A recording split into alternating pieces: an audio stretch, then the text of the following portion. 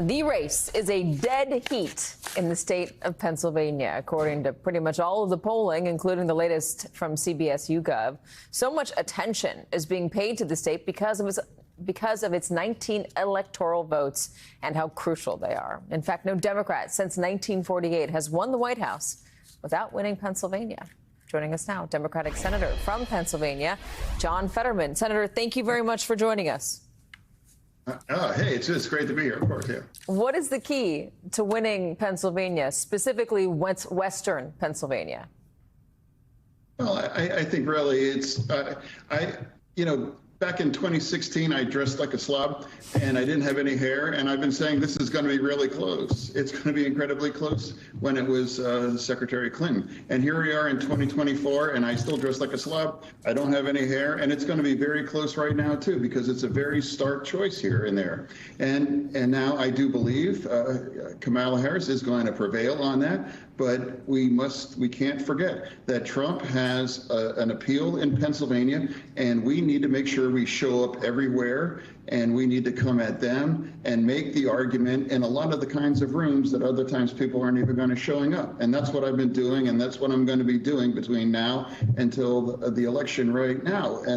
But people understand who Trump is, and I don't know why some people might have that kind of appeal, but after everything that we've done and what has happened, whether it's the trail or whether it's the impeachment or whether it's two impeachments or January 6th or even after the assassination attempt, all of those kinds of things, I'm not really convinced that this debate's going to change in a significant kinds of way. Well, I wonder if there is a way to change it. You say people know who Donald Trump is. That's true. There are still folks who say they need to know more about Kamala Harris. They know a whole lot about President Biden, and not a lot of people like President Biden and the policies.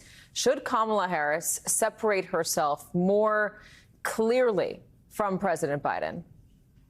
I think in everything, that the way she's lived her life and during her career throughout all of that, she's distinguished herself very clearly from Trump on this. And that's where I'm at. It's about the choice. It's not about the money or it's about policies or those kinds of obscure things. It's about the choice and what kind of a direction do we want our nation to go in, and after all those things. And that's really going to be much of a kind of a gut check kind of a thing. And I was very concerned in 2016, and unfortunately that's what happened. And in 2020, Joe Biden leaned in and done the kinds of things that were needed to win Pennsylvania, and he did that, but it was still very close. And I don't think there's going to be a runaway in Pennsylvania. It's going to be very close. And now I do fundamentally believe the majority of Pennsylvanians are going to say, look, I am not ever, ever, ever going to go back to those kinds of chaotic and unhinged kind of a days that we had now.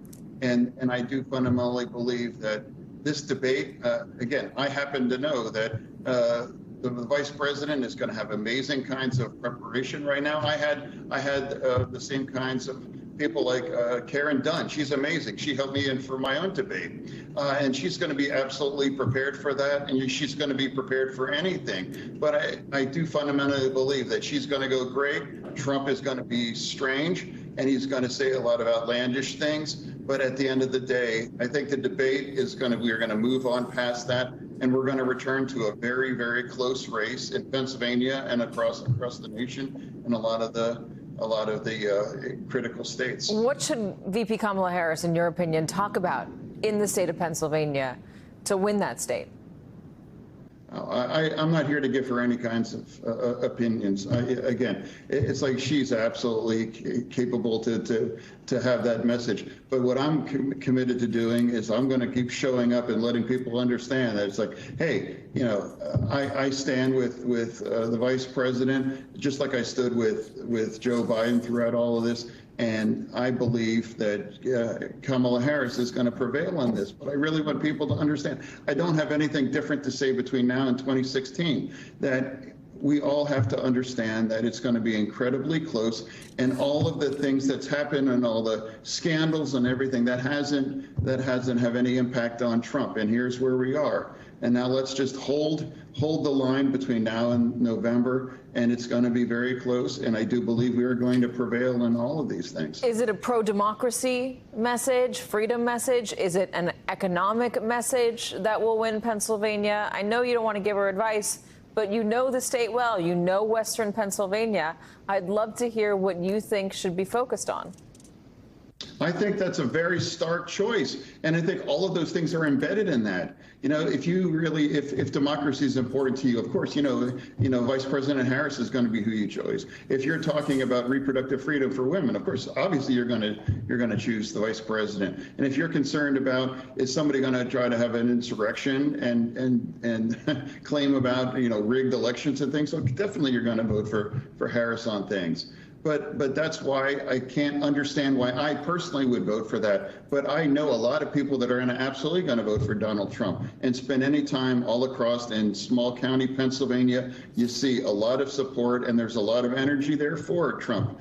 And I want people to understand that it's true and it's there. And if we don't take it very seriously, then we do at our own peril on that. The same message that I would have had back to Secretary Clinton. And I would like to remind the Secretary Clinton, she beat Trump in all 3 debates. I was actually in the audience of that first debate, and he absolutely whooped him.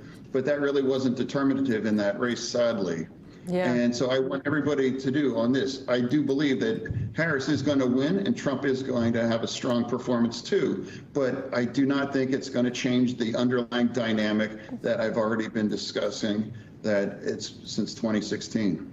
Senator John Fetterman, thank you very much. I didn't have time to get to it, but the Biden administration today announced it would be finalizing a proposal to force health insurance companies to cover mental health care the same way they cover physical health conditions. I know you're a fan of that, a proponent of it. Next time you come on, we'll get into that a little bit more. Thank you for joining us. Oh, well, thank you. Thank you. That's actually true. You really can't split physical health and mental health. So thank you. I totally agree. They are both conditions that should be treated.